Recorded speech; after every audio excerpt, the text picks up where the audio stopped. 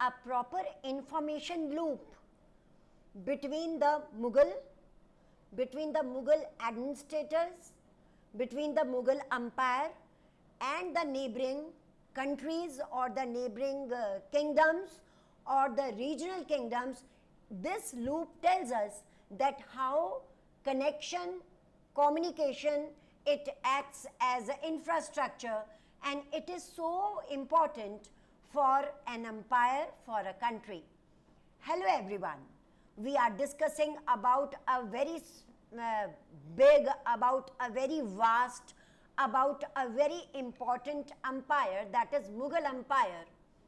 We get reference in the writings of Rudyard Kipling. When Rudyard Kipling writes the Jungle Book, he writes the name of the hero as Mowgli, and perhaps that is also derived from the Mughals.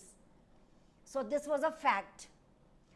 Let us come to the topic now, the information about the empire. And the topic is information and the empire. It tells us that as today we have so many means of communication, we have so many means of getting information far and wide, even from the foreign countries, the news, the information that reaches to us and our information reaches to them. So in the Mughal court also, there were so many people that were involved in recording the events, recording the day-to-day working of the court, recording about the imperial orders, and there was a Mir Bakshi. There was a post for it, that is Mir Bakshi, a very important person. 1 mark question about Mir Bakshi we read yesterday also. So there was proper arrangement that each and every event should be recorded. There were agents of the nobles called wakils. There were agents of the regional rulers, like today we have diplomatic relations with other countries.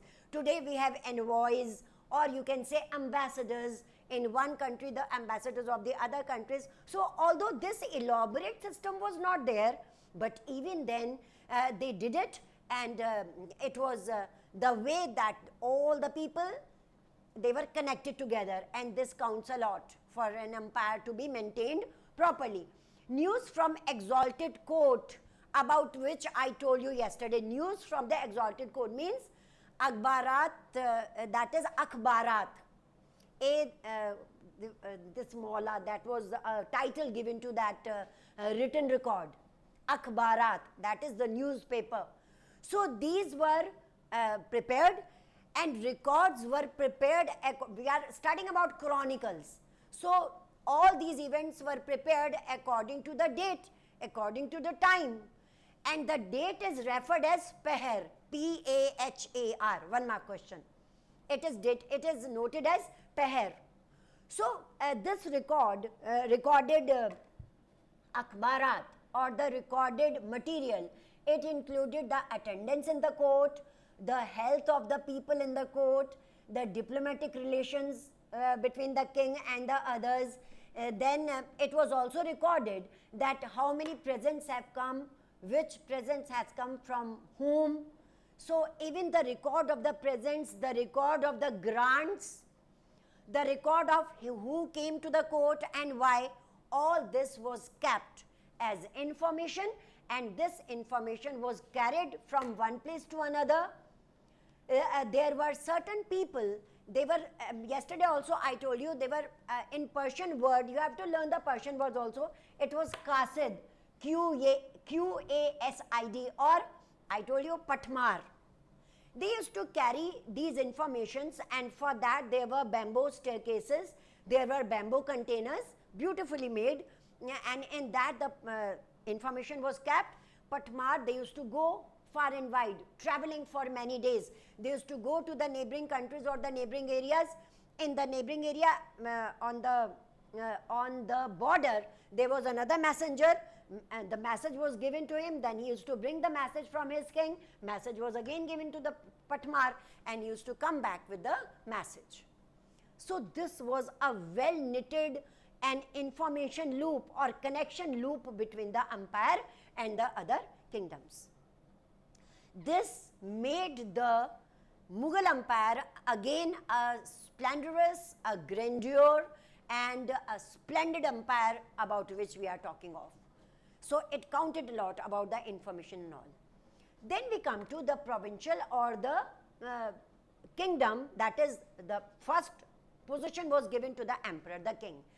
Then we all know that king alone cannot look after all the works, all the arrangements in administration. Like today we have a federal system. We have a central government in Delhi, then we have state governments. Apart from the state governments, we have districts, we have villages, we have local bodies, local level governments. Same was realized by the Mughal rulers so many years back. So there was a central government that was looked after the king, the emperor, and then the second part of the empire, that is, I am telling you the term, you can relate it with the present federalism, that were, like today we have state governments, they were subas. Each empire or kingdom was further divided into subas, and in the subas there were three main officials. You have to learn the names of these officials. These were the Diwan, the Bakshi, and the Sadr. These were the three officials. And a Suba was looked after by a Subedar, and the Subedar was directly connected with the Mughal emperor or the king. Like today we have state governments, but today's arrangement is a bit different because state governments, it's a true federal country, state governments are not subordinate to the center. Here Subedar was appointed actually by king directly, and he was directly connected to the main king. So there were Subas looked after by the Subedar, and there were three officials, Diwan, Bakshi and Sadr. Then there were second arrangement, that was Sarkars. Sarkars, like we have district administration. There were Sarkars, and in the Sarkars there were Faujdars. Faujdars, having musketeers. Faujdar. Faujdar literally means the one who provides security. And yes, of course, the Faujdars, they used to look after the management, they used to look after the management of the security. They were always on foot, supervising the working of the district, supervising each and every aspect of the administrator.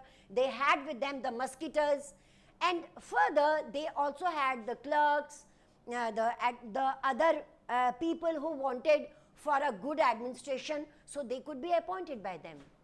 So it was looked after by the Faujdar, the Sarkars. And there was one further division, that was Pargana. So this shows that Mughal emperors were aware that king alone cannot look after a smooth administration. If they really want an efficient and smooth administration, they have to divide it into units.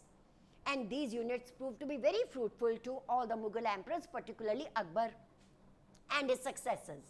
Then Pargana was looked after by a Kanungo. Kanungo was the keeper of the record of the revenue, Kanungo. 1 mark question again, and a long answer of 10 marks is going on. Then there was a Chaudhary. Chaudhary, he looked after the revenue collection. First I told you Kanungo. Second I told you Chaudhary, a title given to the official who used to look after the revenue collection. And the third one was Qazi, or for justice. If there were small disputes, if there were small conflicts between the people, so there was Qazi to look after it and to solve it. People used to give a lot of respect to the Qazi as giving a judgment giving body. Then don't think that there were no conflicts in the empire. There were conflicts. Often we hear of conflicts between the Mughal emperors, between the zamindars.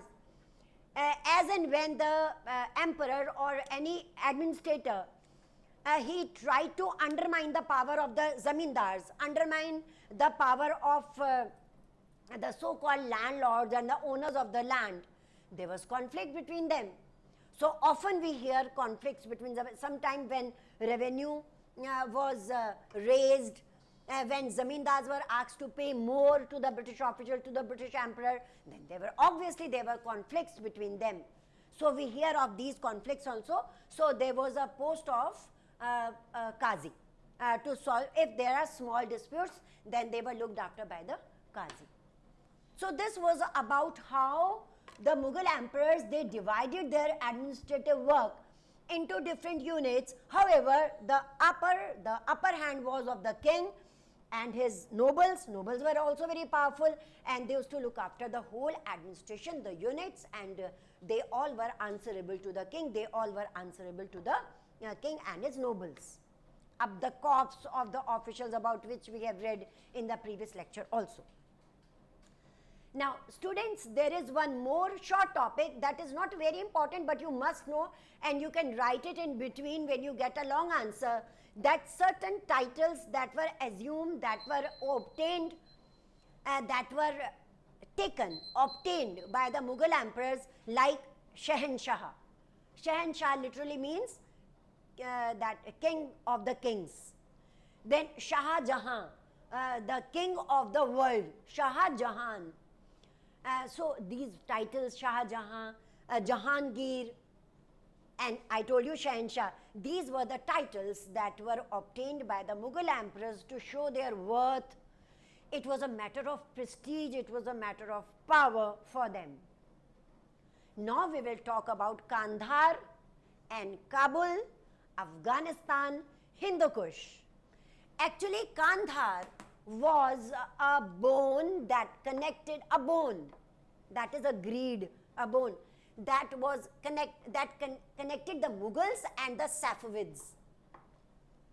The Mughals and the Safavids. We all know that Kandahar was conquered by Humayun, and then when he was defeated by Sher-Shah Suri, for some time it was away from our hands. And after that, in 1595, learn this date, in 1595, Akbar retained it. Akbar again conquered it. But this was always a matter of conflict between the Mughals and the Safavids. Although with the Safavids, Mughals had very good relations, they had diplomatic relations, they used to talk to each other. But as far as Kandahar, you can call it that the Hindu Kush mountains, about which we have read, Akbar extended his empire, and we claimed Kandahar and Kabul also. And it was also very important for the Indians, for the Mughals, that if anybody wanted to enter India's north, then they had to come through Kandahar. They had to cross the Hindu Kush mountains, cross Kandahar. So this had also been this was always have been a matter of conflict between the two, between the Safavids and the Mughals.